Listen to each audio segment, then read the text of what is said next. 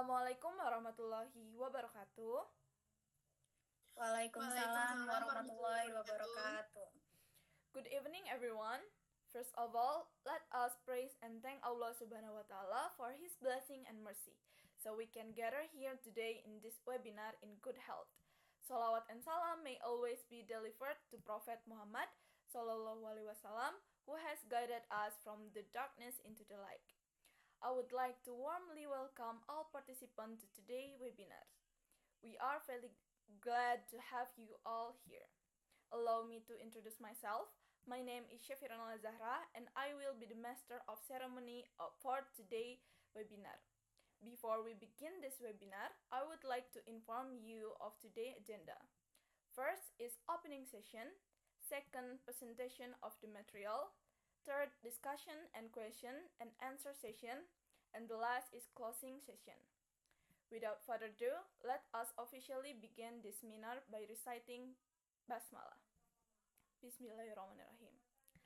Ladies and gentlemen, the seminar today will be guided by our moderator, Jessica, who will lead the presentation session.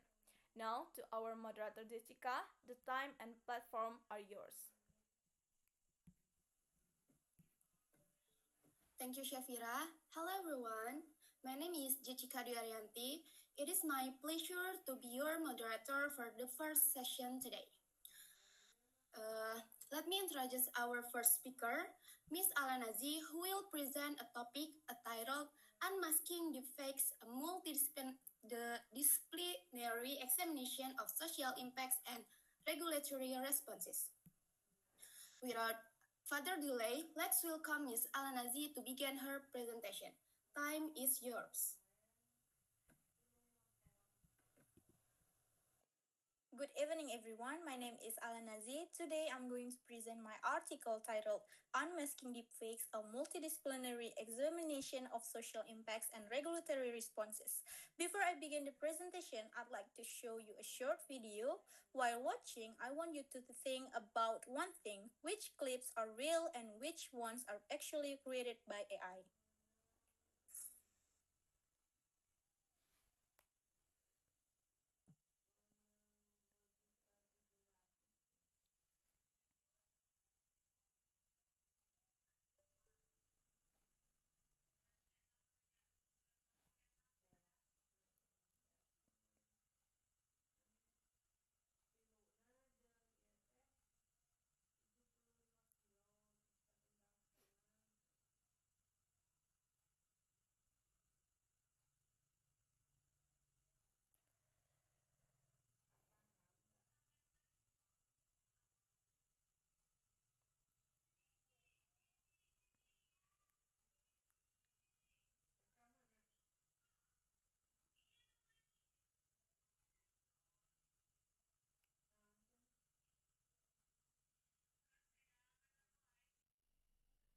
So, after watching that, you can probably feel that it's getting harder to tell what's real and what's fake. And that's exactly why this topic is important. Today, we are living in a digital era where saying is no longer always believing. Next. So, in this research, I focus on deepfake technology and its impact on society. More specifically, I look at how deepfakes influence trust in information, personal privacy, and the spread of misinformation. To explore this issue, I use a mixed methods approach, including expert voting, interview, and qualitative analysis. So overall, this research tries to answer two main questions: how deepfakes affect society today, and what kind of responses we need to deal with them.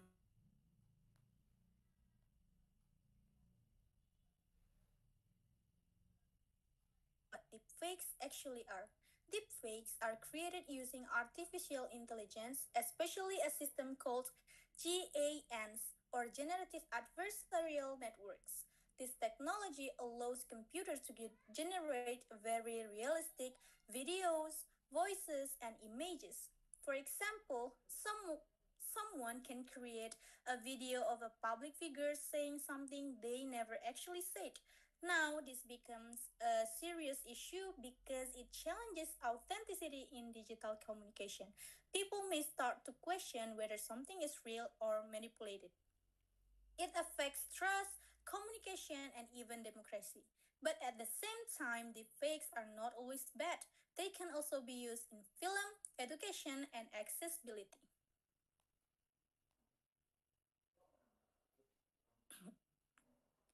Even though deepfakes have positive uses, in reality they are often misused. For instance, they can be used to spread political misinformation, especially during elections. They can create harmful or non consensual content, and they can even be used for financial fraud, such as voice cloning scams. There's also a gap between technology and law. Technology develops very quickly, but legal systems usually take much longer to adapt. Even though some regulations already exist, they are still not strong enough. Based on that background, I identify four main problems. First, the rapid increase of misinformation caused by deepfakes. Second, law systems are not fast enough to keep up with technological development. Third, many people still lack awareness about deepfakes, so they are easily misled. And fourth, there is no strong global coordination, which makes it difficult to control this issue internationally.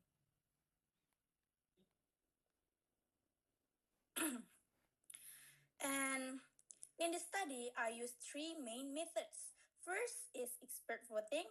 I asked 25 AI experts a simple question whether deepfakes will have a significant impact on society.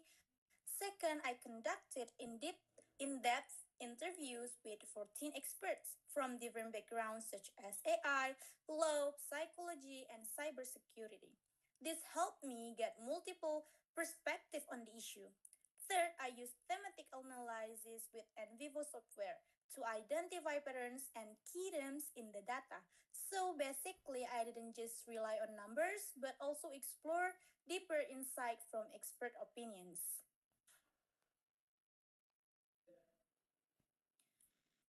The voting results are actually very striking. All experts 100% agreed that deepfakes will have a significant societal impact. This shows a strong consensus. So there's no disagreement here. Everyone sees this as an important issue. From the interviews, I identified seven major themes. These include technological complexity, legal challenges, long term societal impacts, cultural differences, vulnerable groups, mitigation strategies, and ethical use of deepfakes. These themes show that the issue is not just technical but also social, legal, and ethical. And now let's talk about the impact on society. Deepfakes can spread misinformation very quickly, especially through social media. They can also be used to manipulate political narratives and influence public opinion. Over time, this can reduce trust in media and information sources. And psychologically, it can also harm individuals, especially if they are targeted by fake content. So, in simple terms, deepfakes can create confusion, distrust, and even fear. Some groups are more vulnerable than the others. For example, women are often targeted in non consensual deepfake content. Teenagers may experience mental health issues. Elderly people are more likely to fall for scams. Politicians may face reputation damage, and businesses can suffer financial losses. So the impact is not only social but also emotional and economic.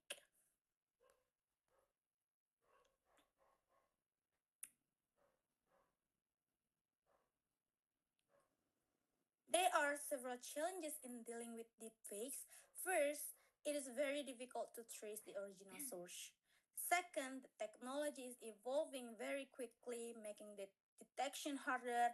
Third, current detection tools are still limited, and legal systems are often too slow to respond. All of these make deepfakes a complex problem to solve. Based on these findings, the study suggests several solutions. First, improving AI detection system to identify fake content more accurately. Second, strengthening global cooperation between countries. Third, requiring clear disclosure for AI generated content. Fourth, promoting media literacy so people can critically evaluate information. And lastly, developing ethical standards for AI use. The main idea is to balance technological innovation with social responsibility.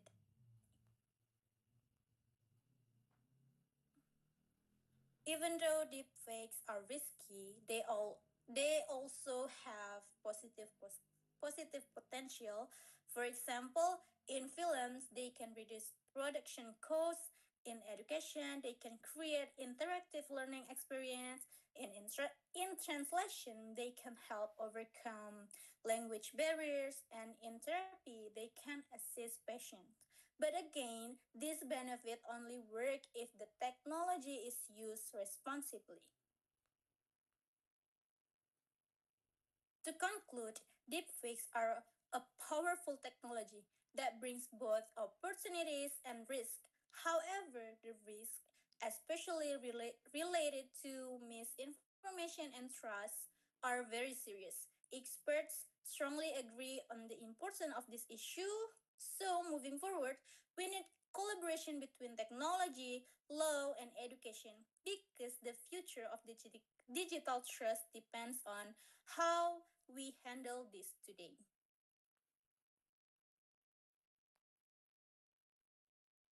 That's all from my presentation. Thank you very much for your attention.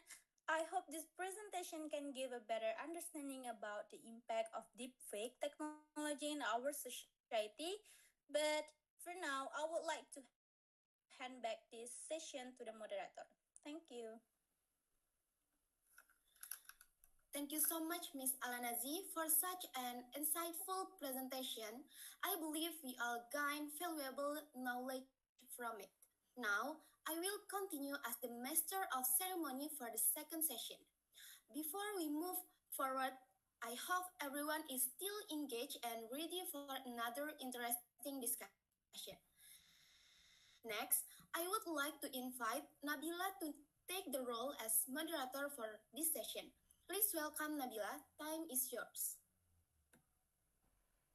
Thank you. For our second session, we have Miss Atika as our speaker, who will present generative AI and future education, a review, theoretical validation, and our perspective on challenges and solutions. Let's give a warm welcome to Miss Atika. Good evening, everyone. My name is Atika Kazi. Today, I would like to present my topic titled Generative AI and Future Education, a review, theoretical validation, and outer perspective on challenges and solutions. The study discusses the role of generative AI in education. It highlights several important challenges such as plagiarism, privacy issue, bias, and over-dependence on AI. In addition, this study also provides several solutions to ensure that AI can be used responsibly and effectively in the education field. Nowadays, generative AI is growing very rapidly. Many students and educators are already using tools like ChatGPT in the learning process. However, even though this technology offers many benefits, it also raises ethical and academic concerns. Therefore, the main aim of this study is to analyze the challenges of using generative AI to explore its future direction in education. Generative AI is a part of artificial intelligence that can create new content such as text, image, and audio. In education, it is commonly used for writing assistant, tutoring, and generating learning materials. Previous studies show that this technology provides many benefits, but also brings several risks. Some major concerns include include plagiarism, bias, misinformation, and overdependence on AI tools. This issue make it important to study how AI should be used properly in education. This study used a systematic literature review method. The data was collected from several international databases such as Emerald, Scopus, Sage, Springer, Taylor, and Francis, IEEE, and ERIC. The research focused on publication from 2022 to 2023. After selection, a total of 2020 relevant articles were analyzed. Then, thematic analysis was used to identify the main challenges and possible solutions related to generative AI in education. The findings show that research on generative AI education is increasing rapidly.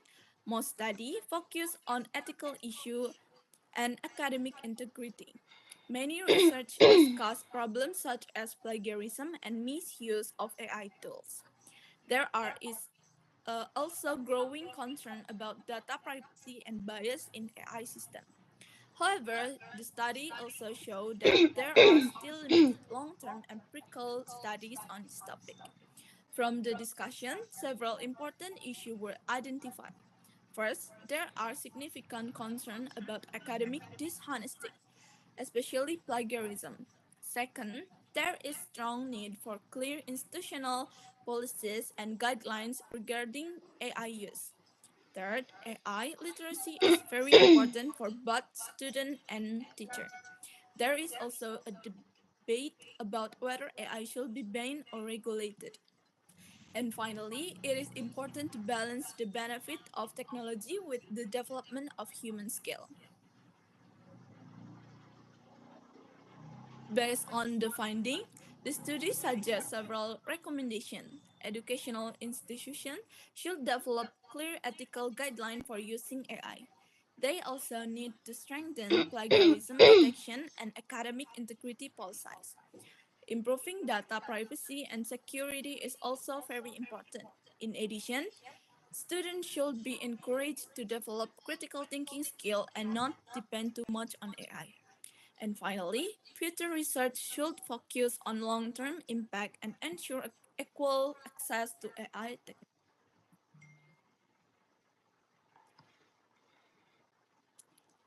In conclusion, this study showed that generative AI has both benefits and challenges in education.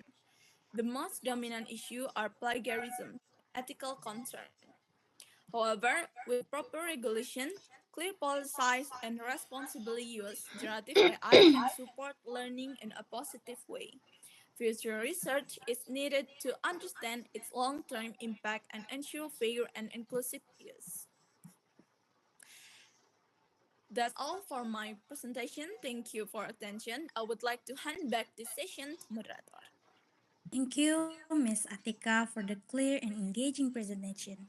Now, I will continue as the master of ceremony for the third session. We are now moving into our final presentation, so please stay with us until the end of the session. I would like to invite Shavira to take the role as moderator for this session. Please welcome Shavira. Thank you, Nabila. For our final presentation, we have Ms. Changinam, who will present her topic, Mobile Payment Research Trends and Future Direction. Let's welcome Ms. Changinam for her presentation.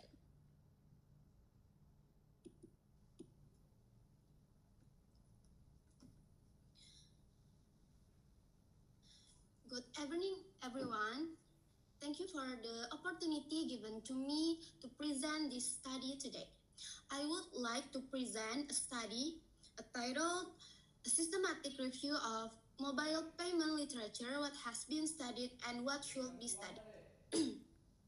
So basically, this research is not just review past studies, but also questioning whether current research is actually aligned with what experts really need.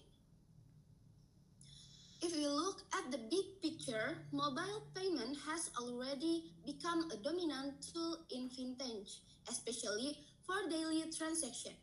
However, most previous studies are still heavily focused on technological aspects.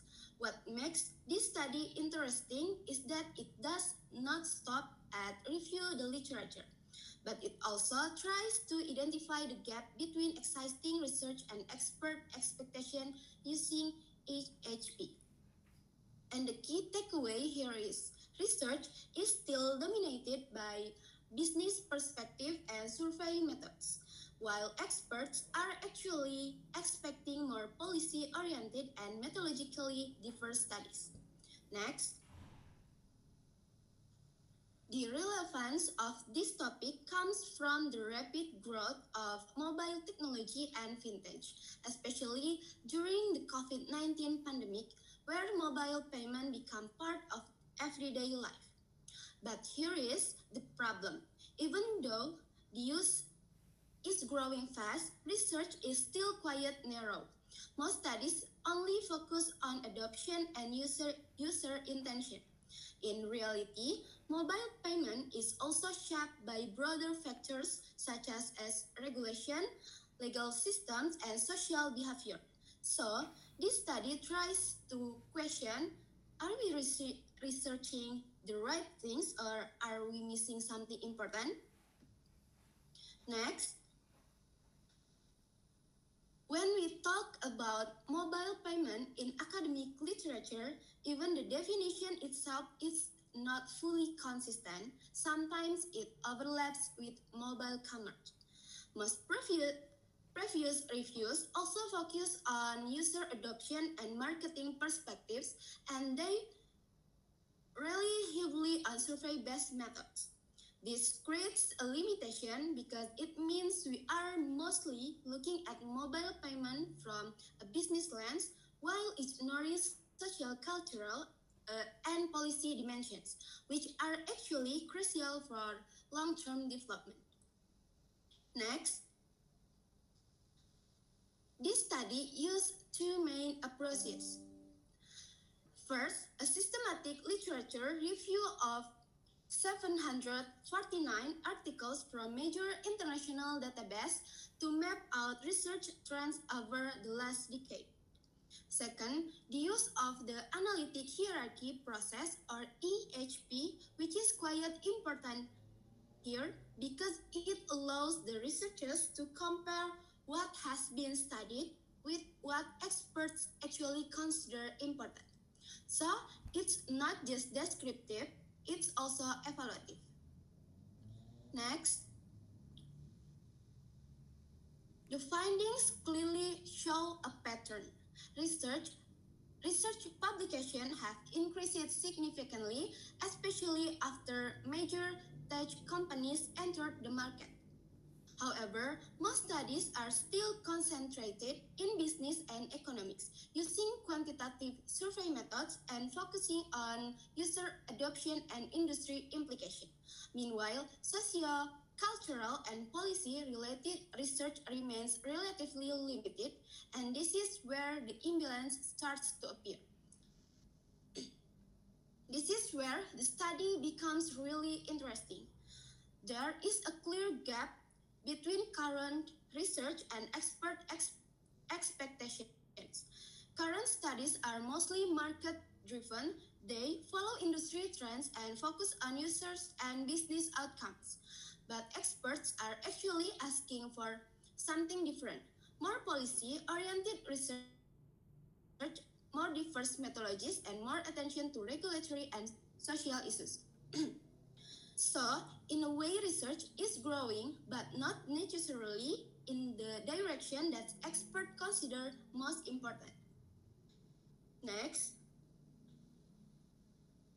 based on these findings, the study suggests several directions for future research. First, research should go beyond business and marketing perspectives. Second, there should be more focus on financial policy and regulation. Third, researchers need to use more diverse methodologies, not just surveys. And finally, there should be stronger collaboration between academia, industry, and government. Because without that balance, the development of mobile payment may become too market-driven and less socially sustainable. Next, to conclude, this study reminds us that the question is not only how much we research, but also what we choose to research. And in the case of mobile payment, it is clear that future studies need to move beyond technology and business and start addressing broader societal and policy challenges.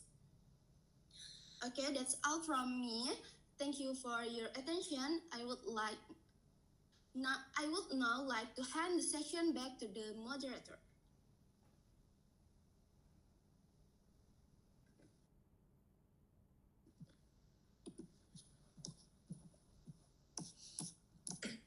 Thank you, Ms. Changinam, for your presentation. Now we will move into the discussion session.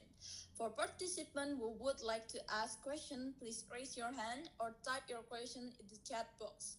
We will take 3 questions for all presenters. Before asking your question, please mention your name and clearly state which presenter your question is addressed to.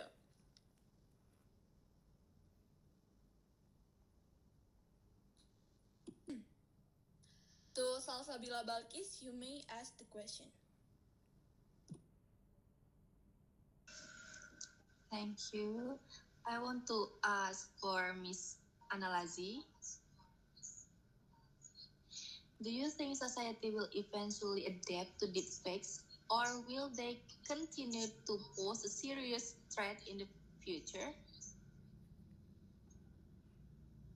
Is it clear, Miss Analazi? Yes, clear, Salsabila. Thank you. Okay, for the next person is to Aulia Fitriani. You may ask the question. Okay, based on Ms. Changinam's statement, I would like to ask, how can future researchers integrate sociocultural and policy perspectives effectively? Is it clear, Ms. Changinam? Clear. Thanks for your question, Aulia. You're welcome, Miss.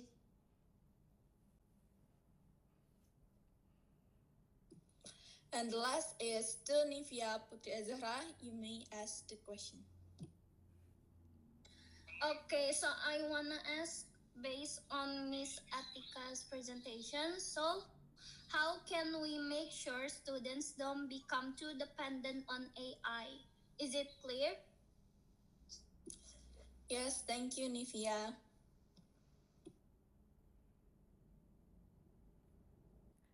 Okay, I want to answer Salsabila's question. The question is, do you think society will eventually adapt to deepfakes, or will they continue to pose a serious threat in the future? Actually, that's a very interesting question. In my opinion, society will partly adapt to deepfakes, but they will still continue to be a serious threat in the future.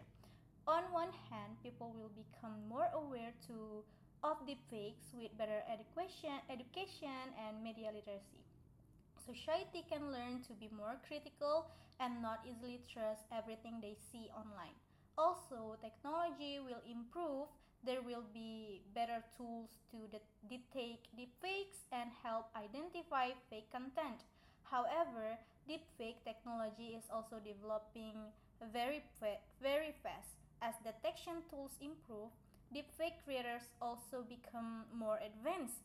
This creates a kind of race between detection and manipulation. So even if we adopt, the risk will not disappear completely. In conclusion, society can reduce the impact of deepfakes, but they will likely remain a serious challenge in the future. Is it enough, Salsabila? Enough. Thank you, Miss Analazi. So I will answer if you have question. So the question is, how can we make sure students don't become too dependent on AI? I think the key is balance. Students should still be required to think critically and produce their own ideas. Maybe teacher can design assignment that focus more on personal opinion, reflection, or discussion. So AI cannot fully replace human thinking. Is it clear, Nivia? Yes, it's clear. Thank you.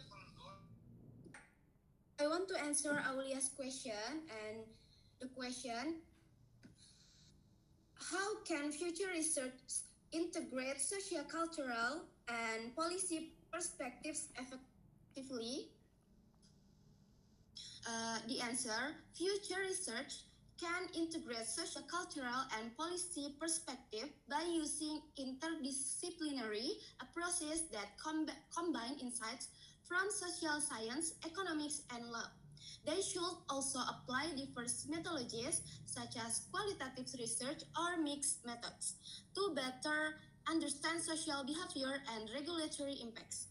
In addition, collaboration with policymakers and industry stakeholders is important to ensure that research findings are relevant and applicable in a real-world context. Is it enough, Aulia?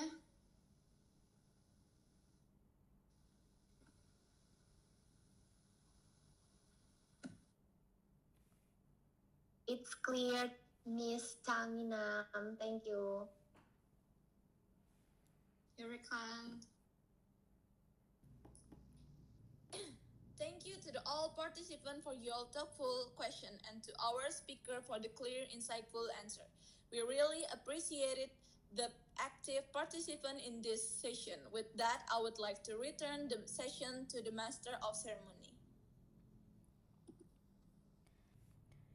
Thank you to all speakers and participants for the engaging discussion today. Finally, let us close this session by reciting Hamdalah together. Alhamdulillahirrabbilalamin. Thank you for your participation. Wassalamualaikum warahmatullahi wabarakatuh. Waalaikumsalam warahmatullahi wabarakatuh.